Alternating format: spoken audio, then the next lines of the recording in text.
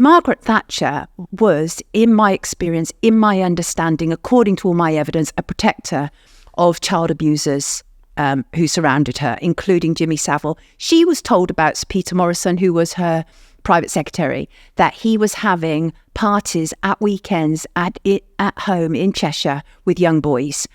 And I interviewed the cops who were her private protection police and actually who told her. I interviewed one man who was there when her own private protection officer told her about Sir Peter Morrison. What did she do?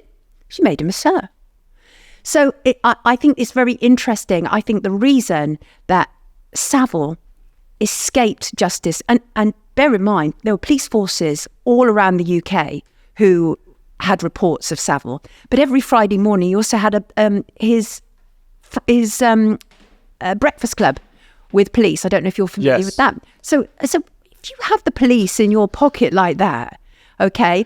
And again, I've worked with great police. I've interviewed great police. I have them in my documentaries. There are great police out there.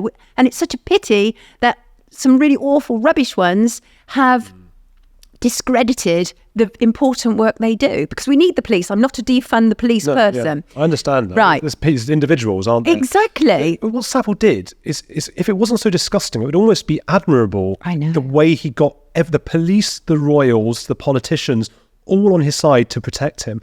What do you think goes through, and we can only speculate, someone like Margaret Thatcher's mind when she's... Is it she just doesn't care that much? It's not a priority for her, abuse like that? I always found that difficult to believe.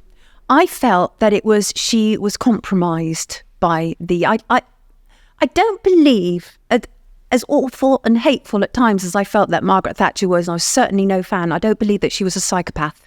I don't believe that. And so I believe that this was about self-protection. We've seen members of her cabinet who have talked now, and again, historically, there's video footage online and actually in my documentary of people saying, well, it was my job to, when cabinet members came to me and told me their stories, which usually involved young boys, it was my job to make sure that those stories went away. And that was, they see it as for the good of the party, for the good of the nation. Yes, absolutely. So I don't think this is going to sound insane, I don't even think it's personal. I think it is really about the good of the party, the good of the nation, whatever it's for the good of, it's bad.